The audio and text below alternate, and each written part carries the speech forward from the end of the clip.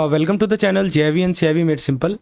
In this particular video, we are going to discuss our AML KYC memory based question along with the answer for the examination which happened on 27 December 2025. So I request you to please go through the entire video. You will be able to see that what is the difficulty level of the paper, what are the important topic from where question are most frequently asked. And on this similar like this video, I have also created for other days, other examination days, memory based question. You can check out the link in the description section of the video. So let's get started with our very first question that we have. So this question pertains to the principal officer obligations, that's called PO obligations. So our question is, what happened first, the bank internal system detected suspicious transaction. They have clearly mentioned that the bank internal monitoring system, they detected a suspicious transaction. So the PO checked all the documents on Tuesday, October 20. On Tuesday, October 12th, the PO confirmed that, it is the case of money laundering. Right. So the bank internal monitoring system flags a series of complex transactions, and after a thorough review of the document, the PO confirmed that the money laundering has happened on Tuesday at 12th October. So here the word confirmed is very much important. Confirm word is very much important. So the question is, which of the following statement best describe the principal officer's subsequent obligation? Option they have given that option A, they must report the transaction to the RBI immediately, followed by a report to FIU-IND within 30 days. Option number B says that they must submit a STR or suspicious transaction report to the director FIU-IND no later than 21st October.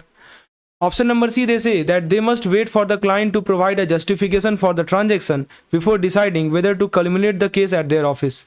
And option number D say they must report the case to FIU-IND in a customized bank-specific format within the 7 calendar day. So these are the 4 options that they have provided, and you have to choose the correct answer. Please pause the video now, think about the answer, and then listen to my explanation. I hope you must have done it. Now let me explain what is the basic. So friends, let's understand this question like a real life banking situation. So bank internal system, they detected some suspicious transaction. Okay. Now the PO checked all the document. PO checked the document on Tuesday, October 12th. The PO confirmed that it is a case of money laundering. So once suspicious is confirmed, the clock start ticking. So as per the PMLA guideline, once suspicious is confirmed, this is the keyword to note. When you have confirmed the suspicious, right, the principal officer must report it within the 7 working day. Please note it down. Very important thing to remember. The principal officer must report it within the 7 working days. See, I am not talking about calendar day. I am not talking about the calendar day. I am also not talking after the customer explanation. No need to take. See, I am not talking about the day when the customer give explanation. I am also not talking about the RBI approval. What I am talking about, 7 working day. Now let's compute the timeline. So day count. So first of all, this happened on 12th. So day number 1. Actually, let me draw a timeline here. So 13, day number 1. 14th, day number 2, which is the 13th Thursday. So 13 is Wednesday. 14 is Thursday. 15th is Friday. Right. So this is day number 3. You skip Saturday and Sunday. Why? Because these are non-working day. I'm just concerned with the working day only. Okay, so then comes the day number 4, which is so 16th and 17th we have skipped. 18th is day number 4, right? 19th, so 18th become Monday, 19th become Tuesday, which is day number 5. 20th is Wednesday, which is day number 6, and day 7. Yes, so you see, I told you 7 working day. So day 7 is 21st, and 21st, this is Thursday. Right. So the last reporting days is 21st October, which is Thursday. And now I hope this is clear. 7 working day, how it is calculated, I have just told you. Now, to whom the report should be sent? So remember, the report should be sent to Director FIU-IND. The report has to be sent to Financial Intelligence Unit India, Director. Not RBI, not internal office, not customer.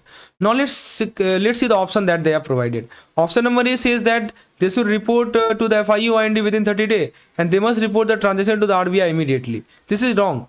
Please remember that this is a case of STR, and STR they are reported only to FIU-IND. RBI is a regulator, not a STR recipient. Right? RBI has nothing to do with receiving the STR. What about option C? They must wait for the client to provide a justification for their transaction. Actually, this option is talking about the wait for the client justification. Totally wrong. Once PO confirm the suspicion, once the principal officer confirm the suspicion, no customer explanation is needed.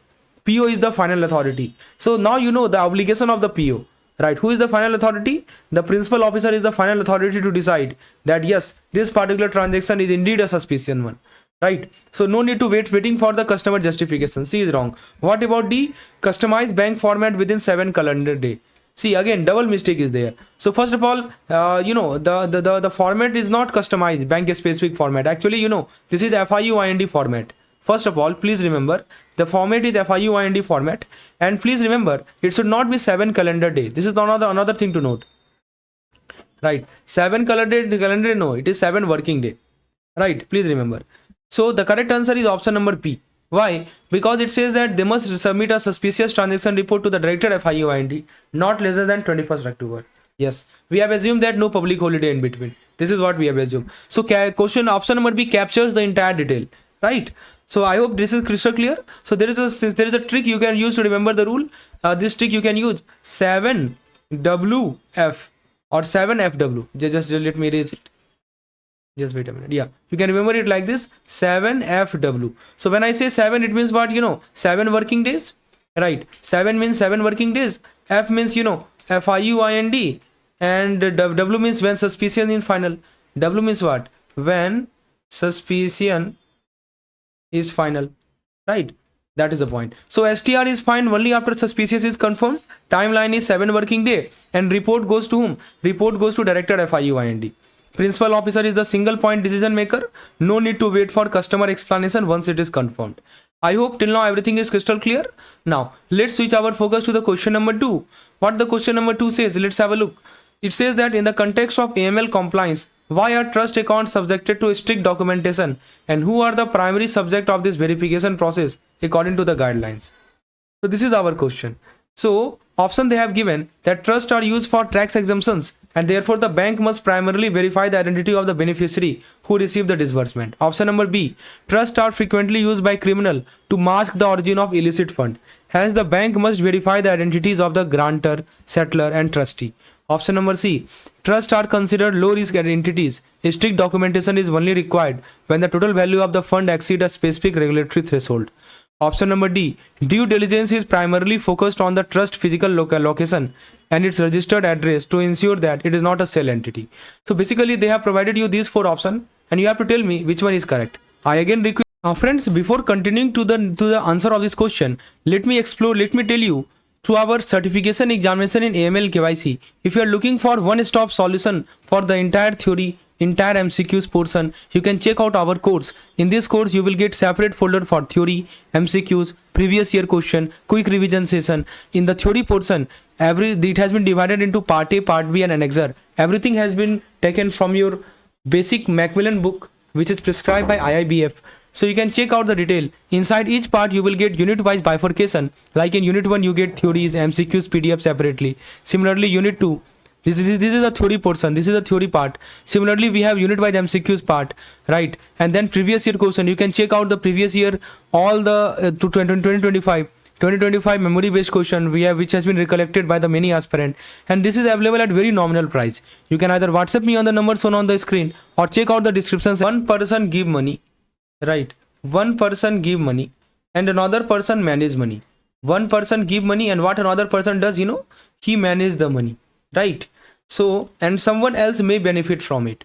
Some third party is there who is getting benefited from it. Fine. So because of this layering, the trust can easily hide who actually own or control the money. This is called, layering. See, one person is giving the money, another person is managing the money, and someone else may get benefit from it.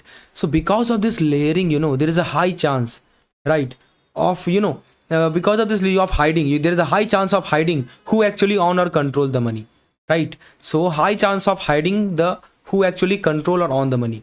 Now that's why strict documentation is required. Documentation should be strict. According to the AML guideline, trust is a popular vehicle, right, used by criminal to hide identity and source of illegal money. So bank treat the trust like very high risk. Bank treat the trust as, a very high risk account. Criminal can use trust to hide the real owner of the fund. Yes, trust can be used to hide the real owner of the fund. Create multiple layer. Yes, they create multiple layers. And to avoid the normal identification checks. That is why, extra documentation is compulsory. Now the question is, who must be verified by the bank? So, AML focus on two questions. What are the two questions? That who gave money? The first question is, who gave money? And the second question is, who control money? AML focus on these two questions, right? So bank must verify the grantor, right? Who should bank verify? So bank must verify the grantor. Either you call it grantor or you call it the settler, which means people who contribute or settle money into the trust. They are the source of fund. They are the source of fund. And bank must verify the trustee. Trustee means what? The people who manage and control the trust. Someone who manage, someone who control the trust. They control how and where the money moves. So these are the real power holder or AML. So AML must focus on them. Now if you look at the option that they have provided, see option number A. They are talking that trust are used for tax exemption. Therefore bank must primarily verify. Actually, verify beneficiary mainly for tax reason. This is wrong. AML is not about tax planning. Beneficiary may receive money but do not control it. Control and source are more important than benefit, right? What matter more is the control and well as the source, right? Rather than benefits. Option A is wrong. What about option C? Trust are considered low risk entity. Strict documentation is only required when the total value of fund exceeds a specific threshold. Actually, this statement is wrong. It is not a low risk entity. Trust are considered very high risk. They are high risk entity, right? That's why strict documentation is required. Completely C number is wrong. What about D? D says that focus only on physical location and its registered address. No. Actually, AML is all about people. AML is all about people. AML is not about the building, right? So address alone does not reveal who own or control the money. That's why D is wrong. So the correct answer is option number B. Option B is the correct answer. So it says that they are frequently used by criminal to mask the origin of illicit fund. Hence the bank must verify the identity of the grantor, settler and the trustee. These are the three parties who are involved. Fine. So option number B is correct. See, let me tell you a trick to remember all these stakeholders of the trust. First one is the GT rule. That's called GT rule. What does the GT rule say? So G for grant money, right? Sorry, G means G means give money. So when I say G means what? G means gives money. Gives money. Who gives money? Obviously grantor is someone who gives money, right? And T, control money, right? Control money. So who control money? Someone who control money is called trustee. So in trust AML, follow the money and control. So what we learned from this discussion is that trust are very high risk in AML, right? And used to make ownership as well as a source of fund. So bank must identify who gave the money. So bank must identify who gave. Who is the grantor? Who is the settler? Bank must identify.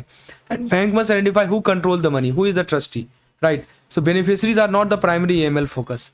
Now have a look at the next question. See, this is the type of case study type question. Exactly such questions are being asked in the examination right now in these days. So that's why I have included the case study type question also for your practice purpose. Question is, bank automated monitoring system flag a new current account opened 4 months ago. The account belonged to a local jewelry exporter who has recently been elected as a member of Legislative Assembly, MLA. So the question is, according to the guidelines and RBI risk-based approach, which combination of factors necessitate the high-risk categorization and what is the specific operational consequence? So option A says that the account vintage under 6 months and the cash-intensive nature of the jewelry business, the bank must update KYC every 5 years. Option number 3 says that the customer status as a politically exposed person and the business sector, the bank must conduct KYC review every 2 years. Option C says that the complexity of the beneficial ownership and the export nature of the business, bank must seek RBI approval for every large cash transaction. Option number D, the social and financial status of the MLA and the account being a CASA product, bank must apply simplified due diligence due to the customer public office. See, very good question it is. So let me explain in detail what the question is all about. First of all, let's talk about the red flag. So yes, the system indicate a red flag. The question quietly give multiple red flag. First red flag is that customer is an MLA. Customer being MLA is itself a red flag. Because MLA is an elected public representative, right? That makes him PEP. That's called politically exposed person. And this PEP is always at high risk. This PEP is always at high risk because they have political power. They have high chances of corruption and influence. The international AML rule demand extra caution. right? Since they have power, so there is a strong chance of corruption and influence. Second red flag that question had told that business is a jewelry export. Yes, they have mentioned that business is a jewelry export. So jewelry business, it is a cash intensive business. Jewelry business, it is cash intensive business. It is high value business. It is exactly easily used for layering purpose. It can be easily used for layering purpose and laundering. So RBI guideline explicitly lists jewelry as a high risk sector.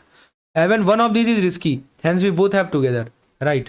So conclusion on the risk category is that first of all we have PEP plus cash intensive business is equal to high risk customer. That's why the why high risk part is answered. Now what is the operational consequence of this high risk? Okay, so now it is clear that it is a high risk. Now what is the operational consequence? Yes, once we know that it is a high risk, so what is the consequence of this being a high risk?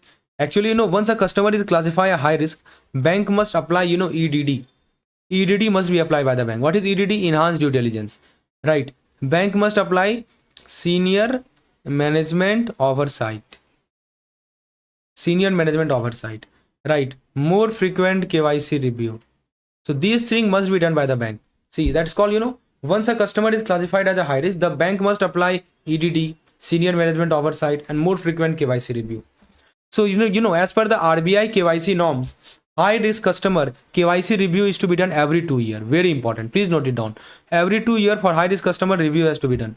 And if it is medium risk, see, high risk 2 years. If it is medium, then it is 8 years. And if it is low, then 10 years. So option number B, option number B matches perfectly, right? Why? What about option number A? Option number A says that under 6-month account plus jewelry business KYC every 5 years. No, that's wrong, right? Because 5 years is not prescribed for any risk category. It is 2, 8 and 10, not a 5. What about option C? It says that complexity of the beneficial ownership and the export nature of the business. See, RBI approval is required for even large cash transaction. Wrong. It is wrong because bank needs senior management approval. In this particular case, bank need approval of the senior management, not the RBI. RBI does not approve individual customer transaction. Never. C is wrong. What about D? So D says that simplified due diligence. See, actually it is the opposite. PEP require enhanced due diligence, not a simplified due diligence. And simplified DD is for government department account, or low risk salaried employee or pensioner. Right. So what is the correct answer to this question? Correct answer is option number B. Right. So remember, the key way to remember is this particular answer is PEP, politically exposed person, plus jewelry is equal to high risk. So we have PEP plus jewelry means high risk, and it has to be reviewed every 2 years. Fine. So political power plus cash business, tighter KYC. So what we learned from this question is that MLA, politically exposed person, PEP are always treated like a high risk. Jewelry business is a cash intensive high risk sector, and high risk customer need enhanced due diligence, senior management approval, KYC review every 2 years. Please remember this point, very very important from examination point of view. Now let's switch our focus to the next question.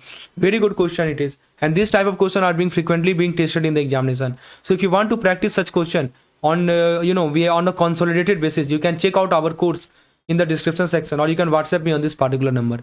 So the question is on your screen, as you can see that a customer conduct the following cash transaction in their saving account during the month of October. October 5, cash deposit of 4,50,000. October 12, cash withdrawal of 3 lakh. October 20, cash deposit of 3,50,000. October 25, cash deposit of 2 lakh. Now the question is based on the provided criteria for CTR reporting. How should the bank be proceed? Option number A, no CTR is required because no single transaction exceeded the 10 lakh threshold. B says that a CTR must be filed because the total integrally connected deposit within the month exceed 10 lakh. Aggregate to exact 10 lakh.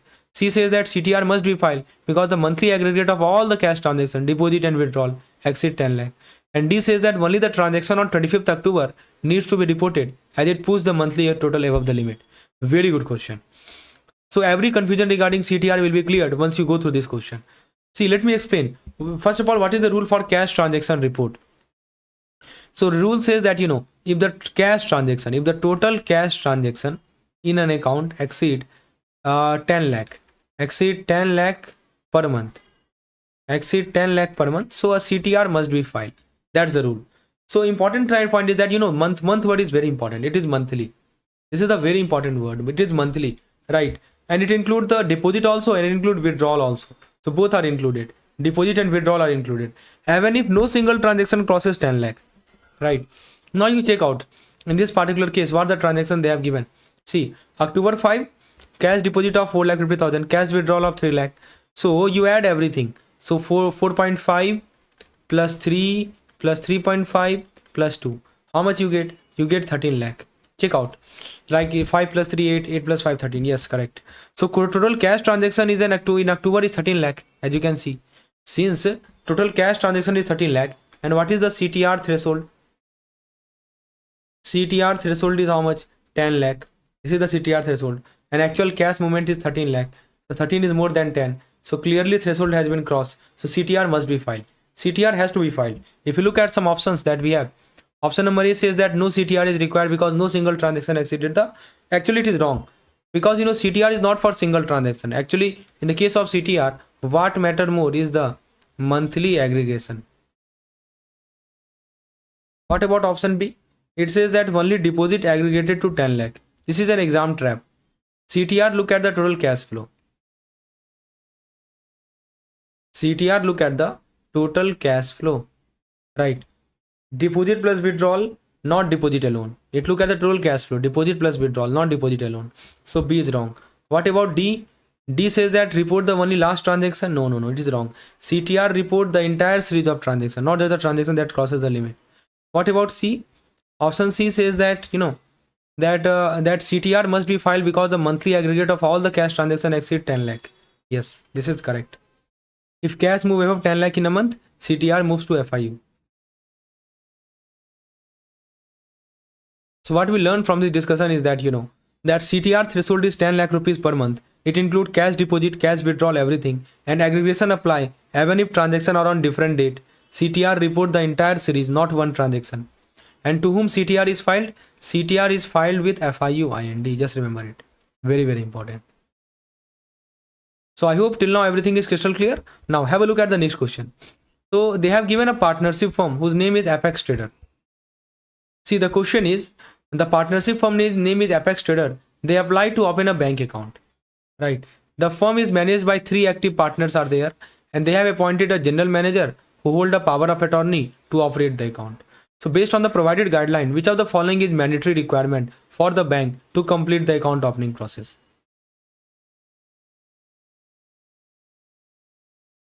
So what is the entity name? Entity name is Apex Trader.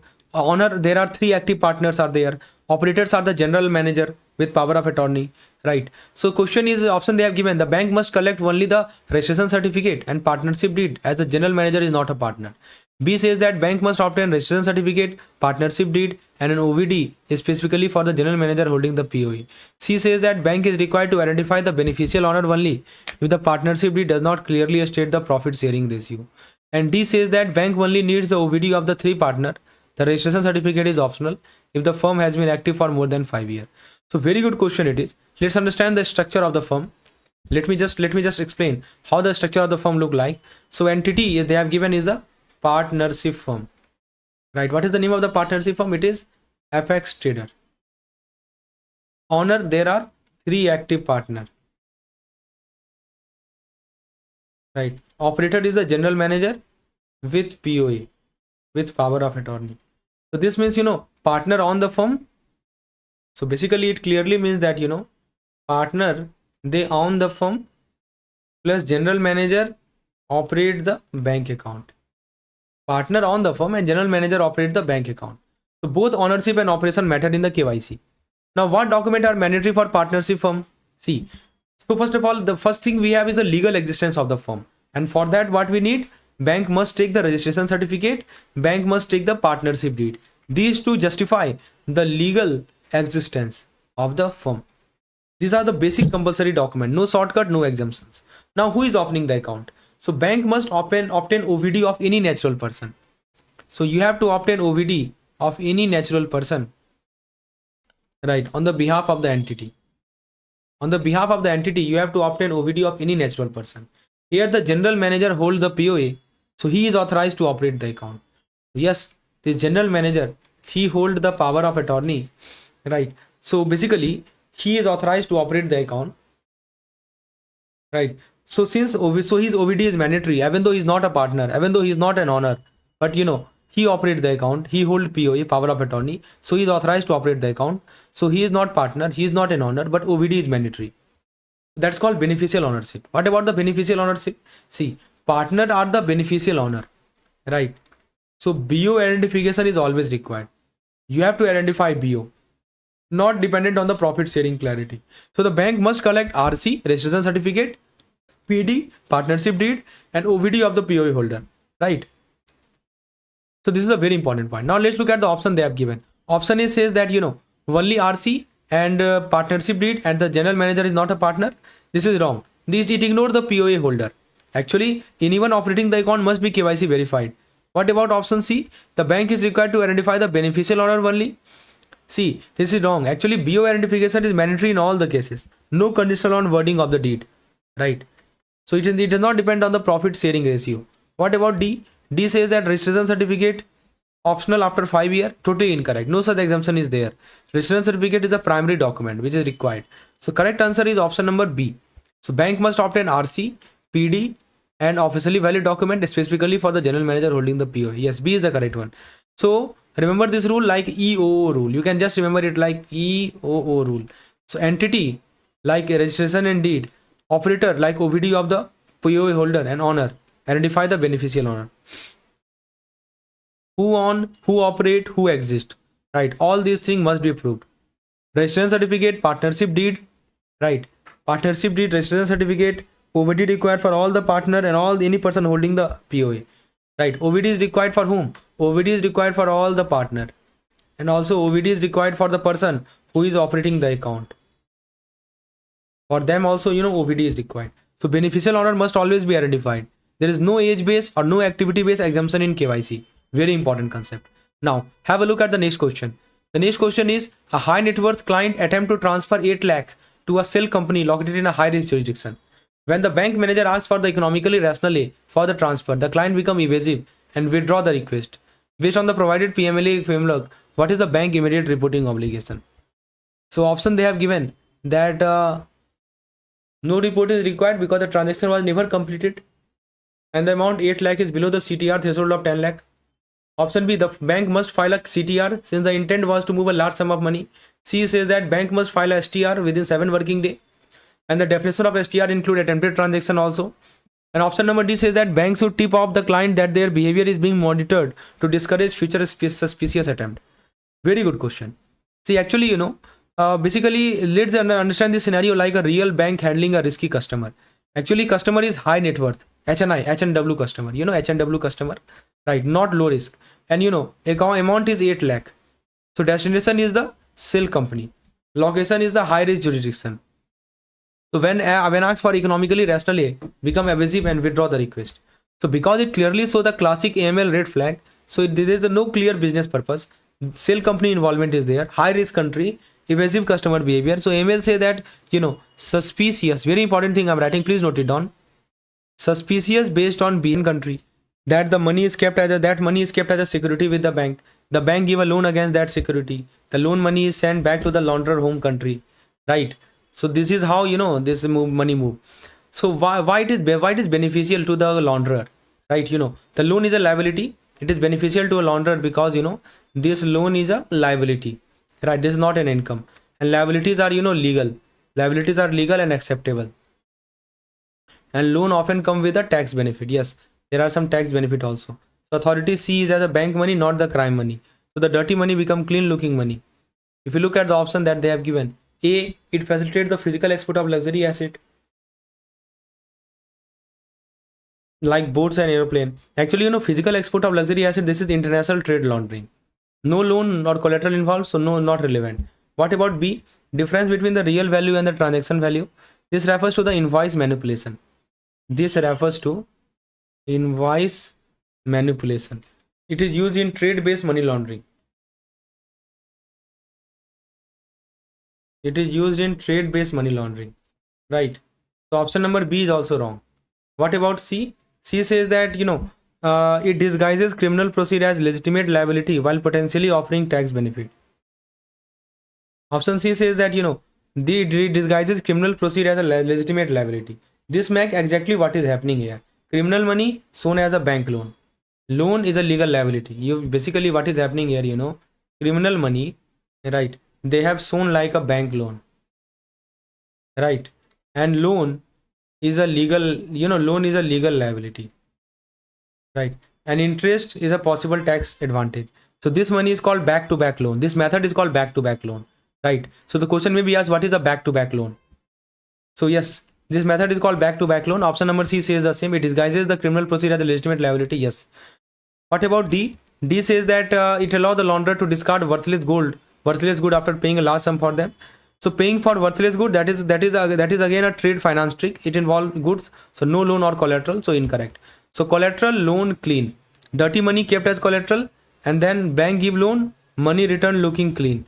So loan, liability, legal. Just remember it. This is called back-to-back loan laundering. This is the keyword you keep in mind.